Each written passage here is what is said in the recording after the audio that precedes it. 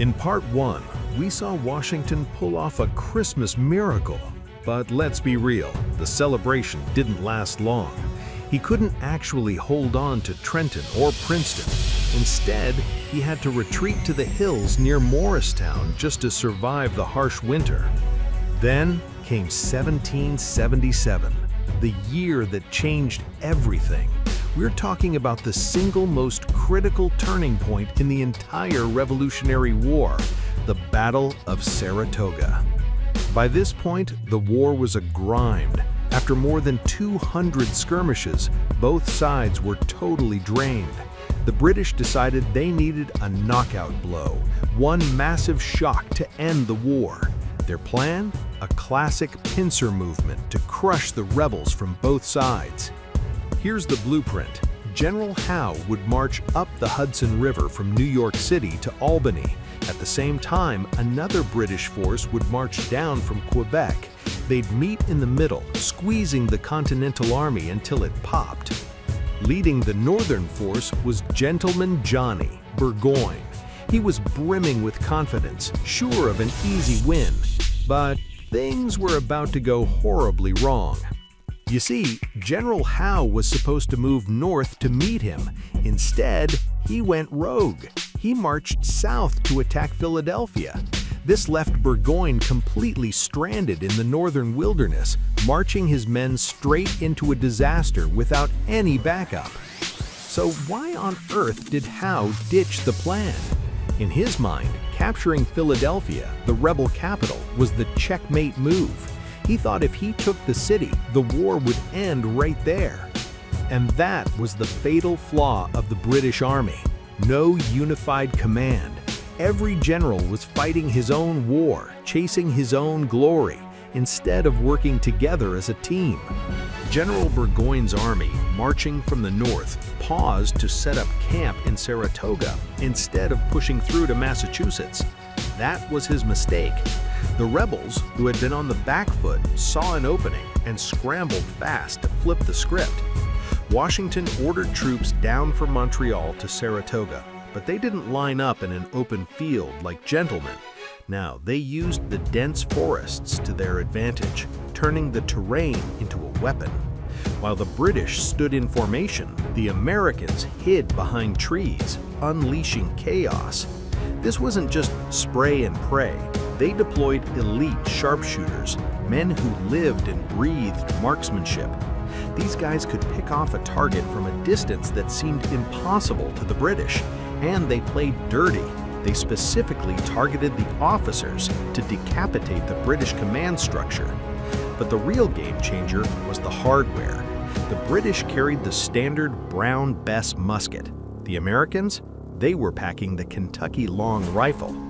The difference was night and day. The British gun was built for speed. For some reason, the British Army was obsessed with rate of fire, a habit they stubbornly kept right up until World War I. But the American rifle, it had doubled the range. The Brown Bess tapped out at 100 yards, but the Kentucky rifle could hit a target at 200 yards. And in terms of accuracy, it wasn't even close. Why the difference? Survival. In the vast American wilderness, fighting Native Americans meant you needed to shoot from a distance before they got too close. Look, in a European open field line battle, winning speed wins. But in the American woods, it's a sniper's paradise. Being able to hit the enemy long before they can even see you, that's how you win here. The numbers speak for themselves. 300 American casualties versus over 1,000 British. In the end, Burgoyne had to swallow his aristocratic pride and surrender. It was the first time a British army had ever surrendered in history. The world was absolutely in shock. Here's the kicker. The Americans just scored their first massive victory at Saratoga, but Washington didn't get to celebrate. Why? Because General Howe practically walked into Philadelphia and took it without a fight.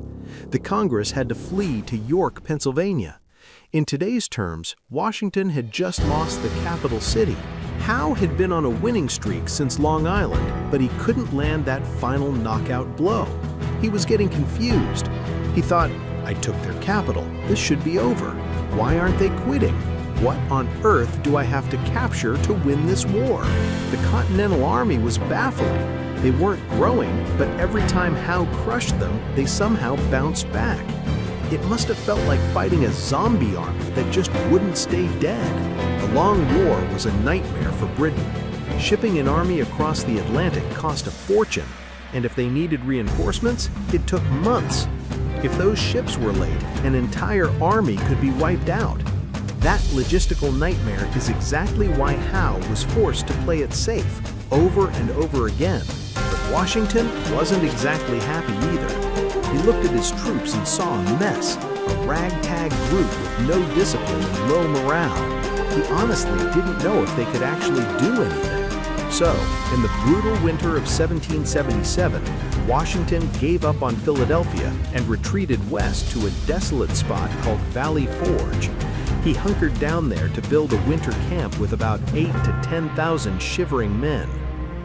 In the middle of this misery, a colorful character shows up, a real eccentric. He claimed to be a Prussian baron and a former lieutenant general under Frederick the Great. His name?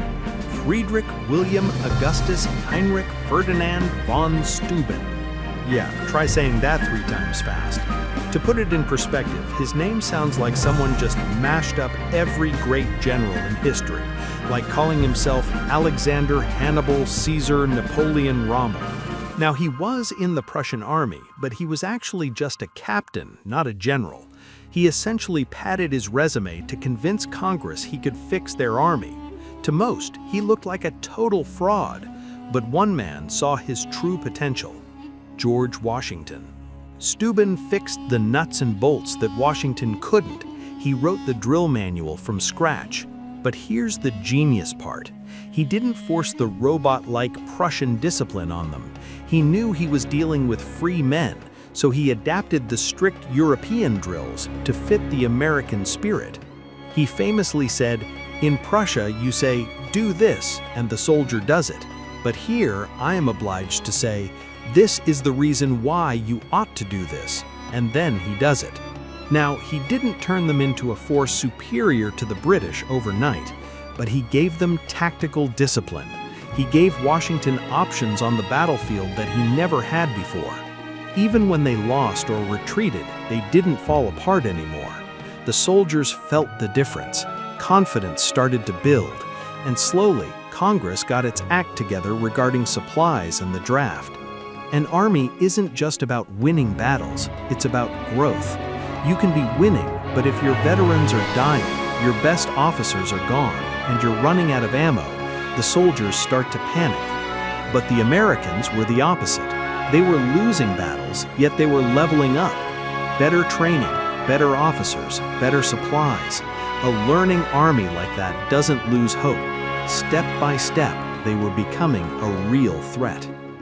We've reached the halfway point of the revolution. The Continental Army is growing stronger, sure, but let's be honest, they still aren't ready to go toe-to-toe with the British Empire and win. On the other side, the British keep winning battles, but they are flailing strategically. They still can't locate the enemy's heart or head to deliver that final killing blow. The mission is clear for both sides. The Americans need to get stronger, fast. The British need to figure out how to end this war before the rebels become unstoppable.